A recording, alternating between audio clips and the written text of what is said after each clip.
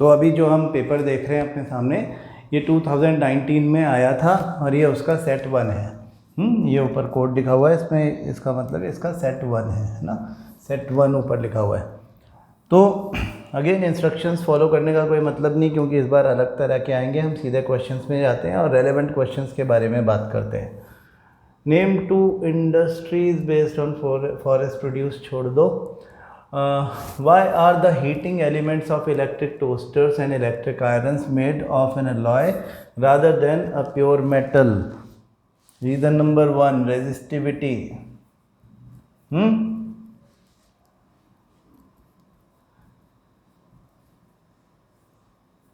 Resistivity, that is rho. जो alloys होते हैं उनकी resistivity as compared to metals high होती है। अगर रेजिस्टिविटी ज़्यादा होगी तो उनके रिस्पेक्टिव रेजिस्टेंसेस भी ज़्यादा होंगे और फिर वो better heating from the joules law of heating I² RT। R ज़्यादा रहेगा तो हीटिंग भी ज़्यादा करेगा, पहली बात। हाँ, दूसरी बात, ऐसे अलॉयस जिनके मेल्टिंग पॉइंट ज़्यादा हों वो लिए जाते हैं, जिससे कि हाई टेम्परेचर पर वो मेल्ट ना हो जाए, डैमेज ना हो जाए। तो ये दो बातें हम इसमें लिखेंगे। Right the molecular formula of ethene and draw it's electron dot structure. Ethene मतलब ईन जब लगता है तो डबल बॉन्ड है, ईथ का मतलब 2 कार्बन है और बची हुई वैलेंसीज आपको हाइड्रोजन से पूरा करनी है। तो मॉलिक्यूलर फार्मूला में एक भी बॉन्ड नहीं दिखता, वो कंडेंस्ड फार्मूला होता है, उसमें total number of carbon and total number of hydrogen ही लिखने हैं। तो आप लिखोगे मॉलिक्यूलर फार्मूला C2H4 और इलेक्ट्रॉन डॉट स्ट्रक्चर लिखोगे ऐसे। कार्बन कार्बन के बीच में डबल बॉन्ड है तो 4 शेयर्ड इलेक्ट्रॉन पेयर दिखाओ और बाकी सब हाइड्रोजन है। Carbon carbon carbon carbon, hydrogen hydrogen hydrogen hydrogen hydrogen का इलेक्ट्रॉन हम क्रॉस से दिखा रहे हैं। तो इस तरह का वेन डायग्राम बना करके हम शो करते हैं कि इस तरह से दोनों कार्बन का 2 + 2 + 4 ऑक्टेट पूरा हो गया है।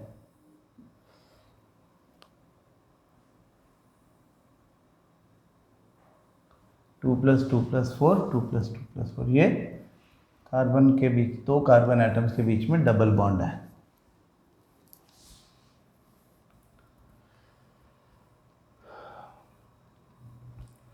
ये मेटल नॉन मेटल से और इन सबको छोड़ देंगे।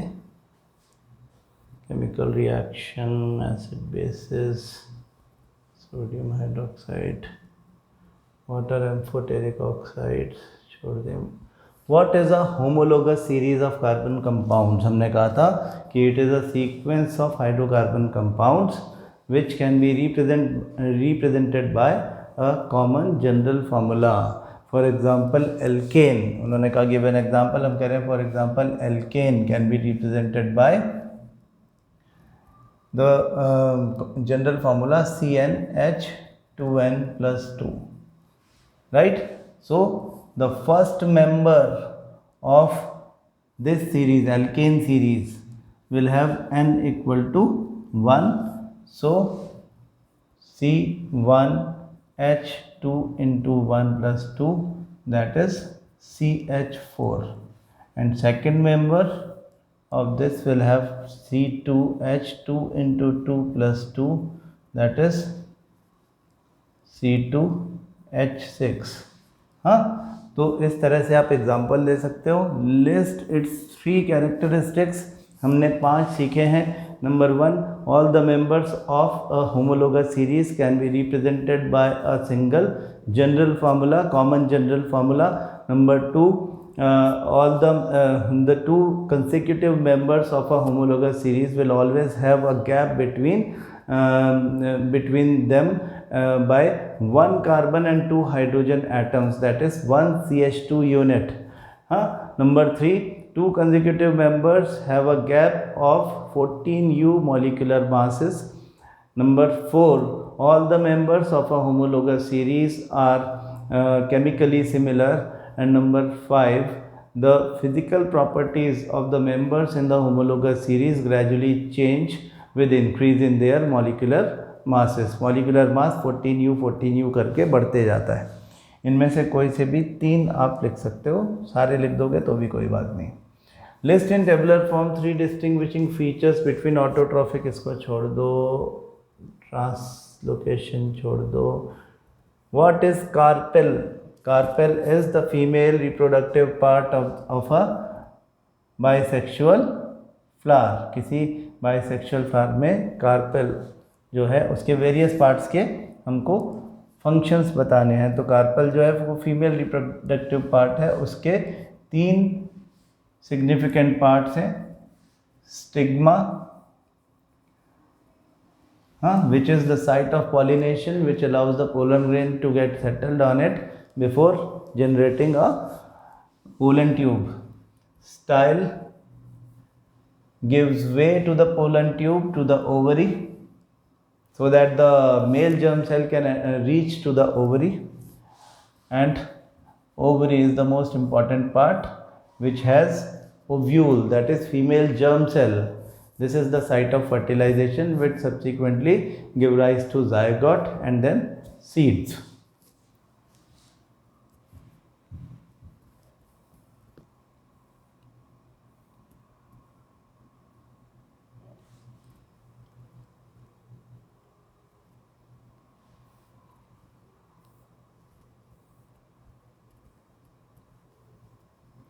Write the essential function performed by ozone at the higher level of the Earth's atmosphere. What they do? They minimize the intensity of the ultraviolet rays. When high intensity ultraviolet rays pass through the stratosphere where ozone is there, it gets split into O2 and nascent oxygen, and during this reaction a significant intensity of ultraviolet rays reduces. So now they are low intensity ultraviolet rays which reach our Earth's surface. How is it produced? It is produced by splitting of O2 by ultraviolet rays. UV rays जब O2 को split करवा देगी तो क्या हो जाएगा? Nascent oxygen बन जाएगी. क्या होता है? Monoatomic highly reactive oxygen atoms. These are highly reactive, so they combine with any nearby oxygen molecule to form ozone. तो ओजोन ऐसे फॉर्म होती है. Name the synthetic chemicals mainly responsible for the drop of amount of ozone in the atmosphere. आप लिख दें chlorofluorocarbon, CFC. Chlorofluorocarbon. How can the use of these chemicals be reduced?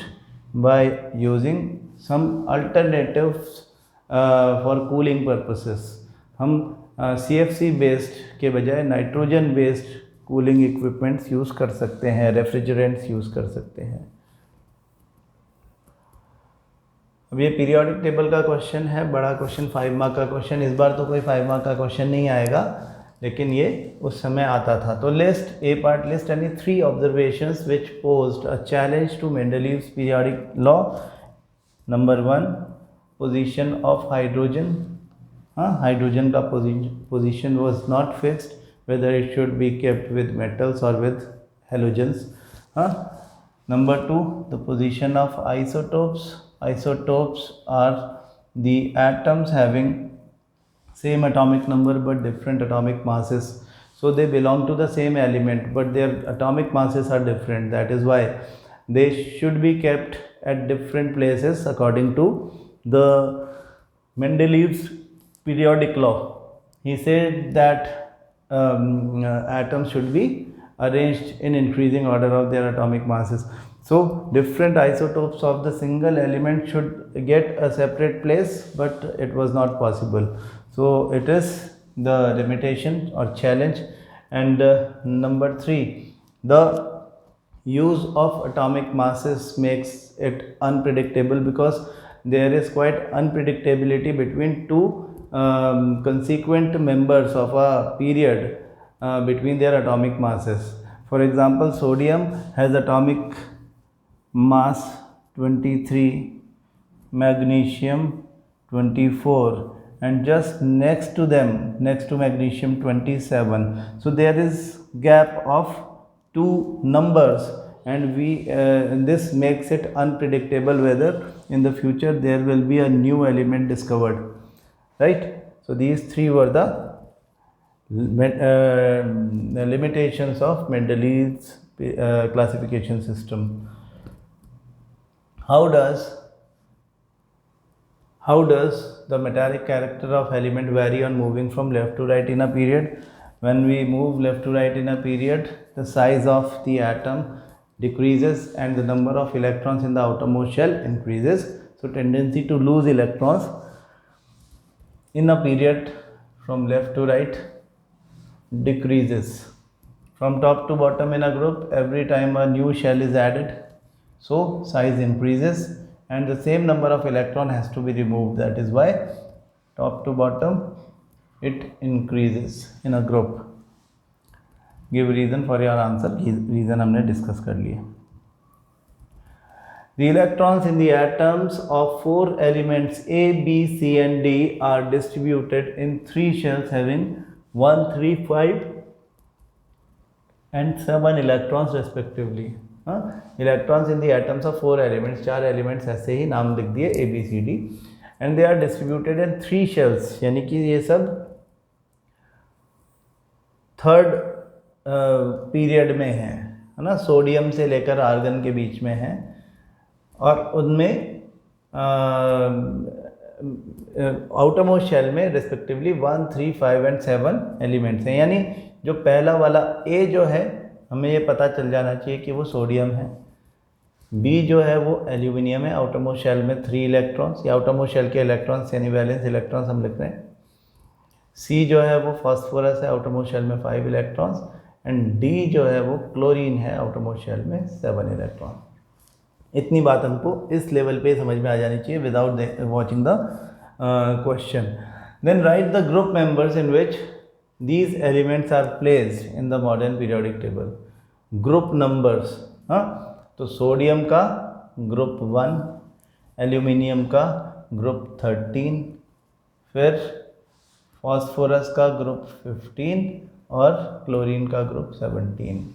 ये आपको याद होना चाहिए. हाँ, स्ट्रक्चर हमने आपको जैसा सिखाया है आप उसे फॉलो करोगे तो हो जाएगा.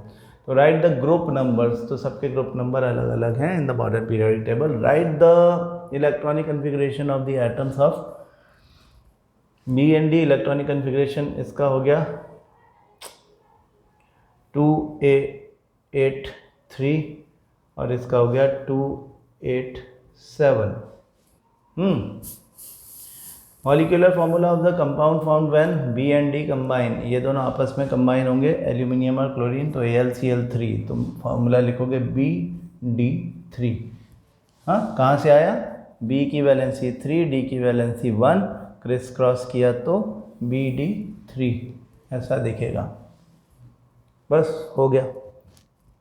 देखो कितने इजीली 5 मार्क्स मिल जाते हैं. इसको छोड़ देंगे. अच्छा, ये देखो कहाँ गया.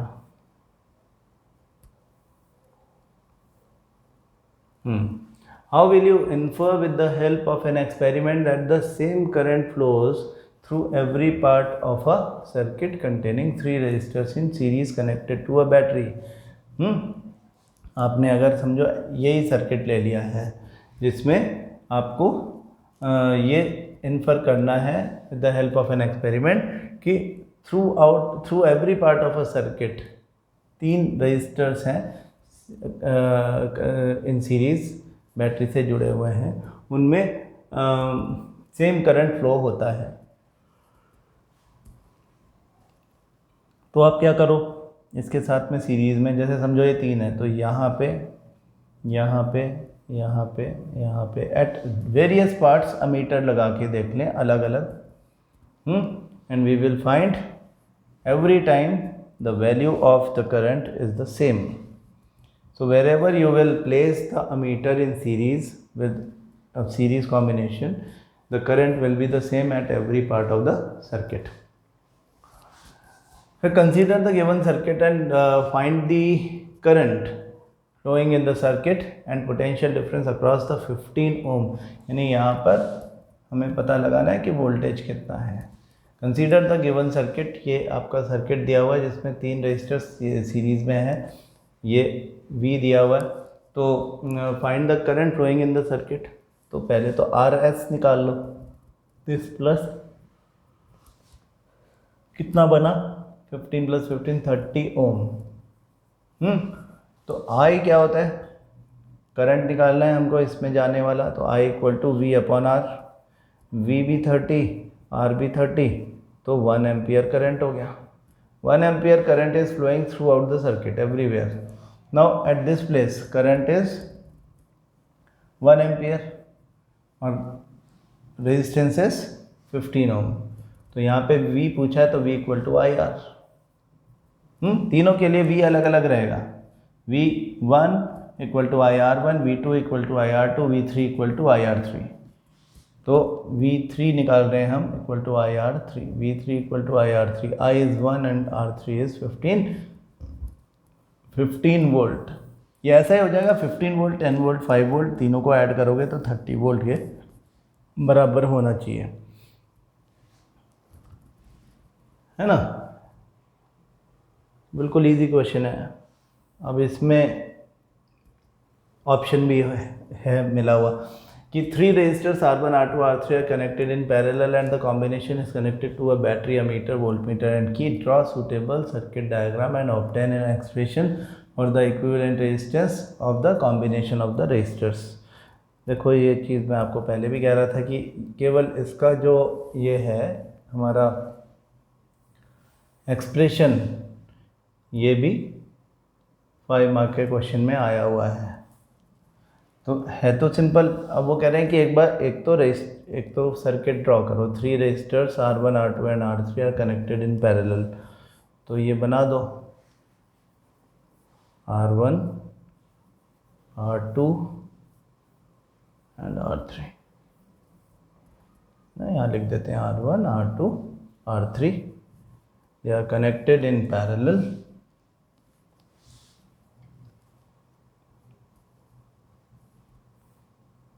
And the combination is connected to a battery, ammeter, voltmeter. यहाँ पे एक अमीटर लगा दो.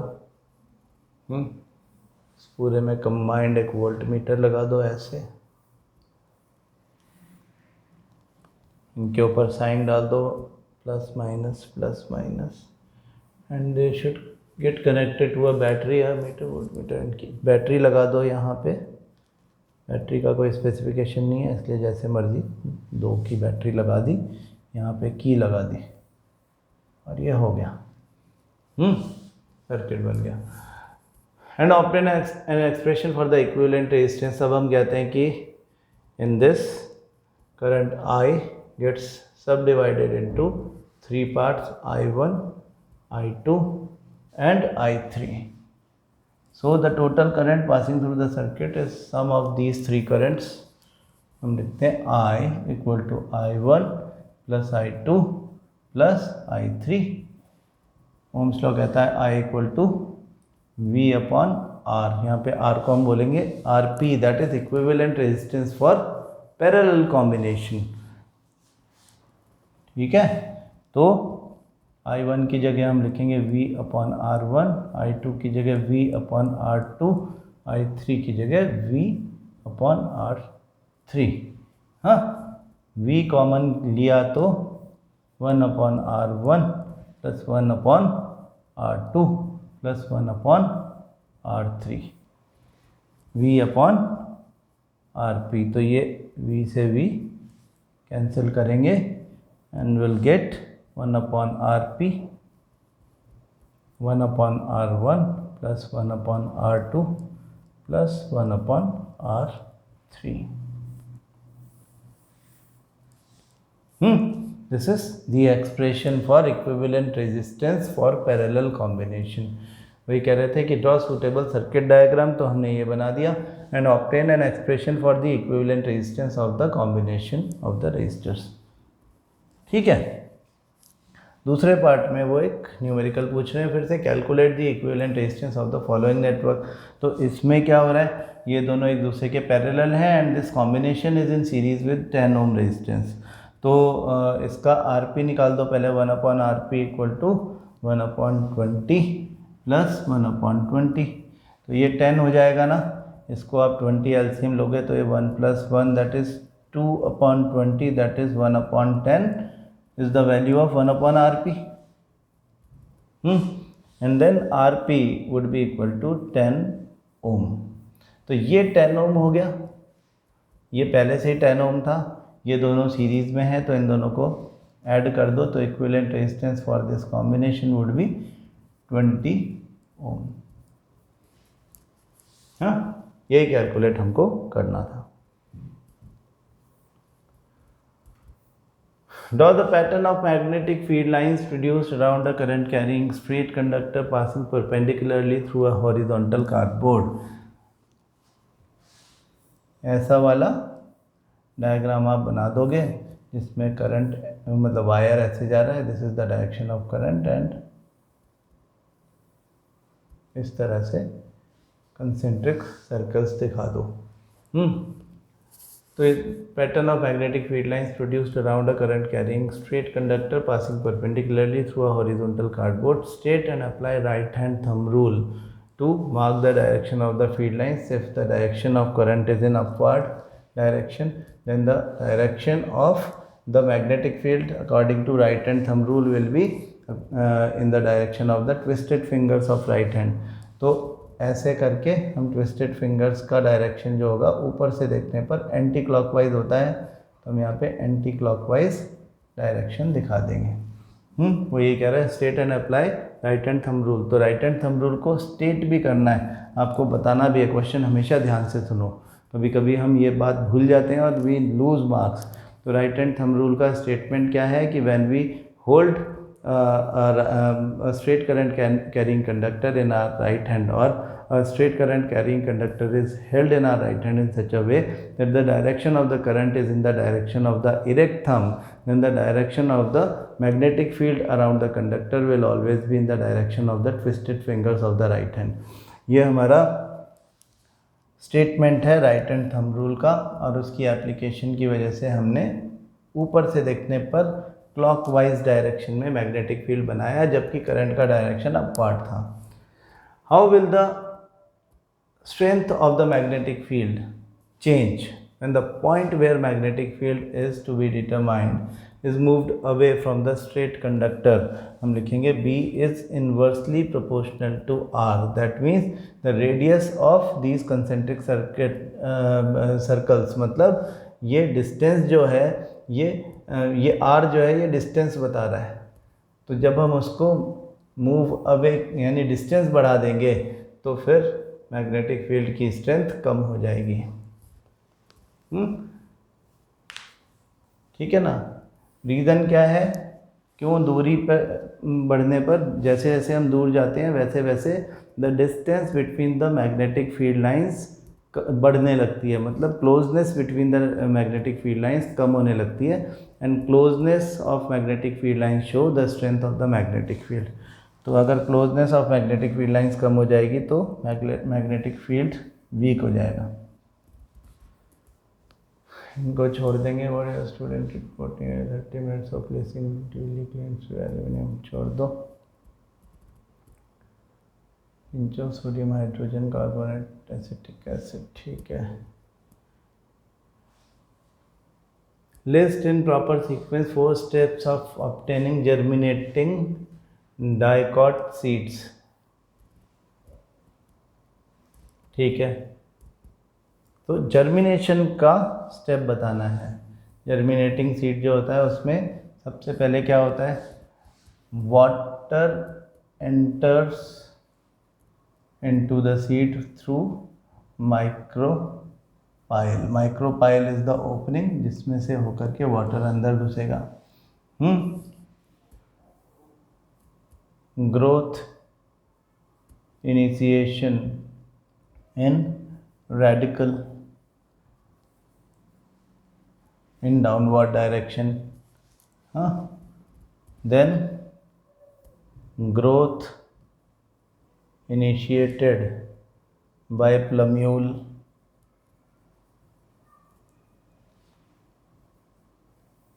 then development of leaves plus shrinkage of cotyledons. Cotyledons shrink हो जाएंगे, लीव्स बन गई तो अब कॉटिलिडन्स जिन्होंने फूड स्टोर कर रखा था उनकी तो ज़रूरत ही नहीं बची, तो वो श्रिंक कर जाएंगे। After examining a prepared slide under the high power of a compound microscope, a student concludes that the given slide shows the various stages of binary fission in a unicellular organism। चलो practical वाला side है, ये सब चीज़ें आएंगी नहीं आपको। Write two observations on the basis of which such a conclusion may be drawn. छोड़ दो ये सब, है ना, मतलब हमको सेक्शन ई छोड़ देना है, 21 तक इसमें देखना है। तो ये आपका set 1 of board paper 2019 complete हो गया है ना। आगे हम और बातें करेंगे कल एक दूसरे सेट के साथ में, दूसरे पेपर के साथ में फिर मिलेंगे। Thank you.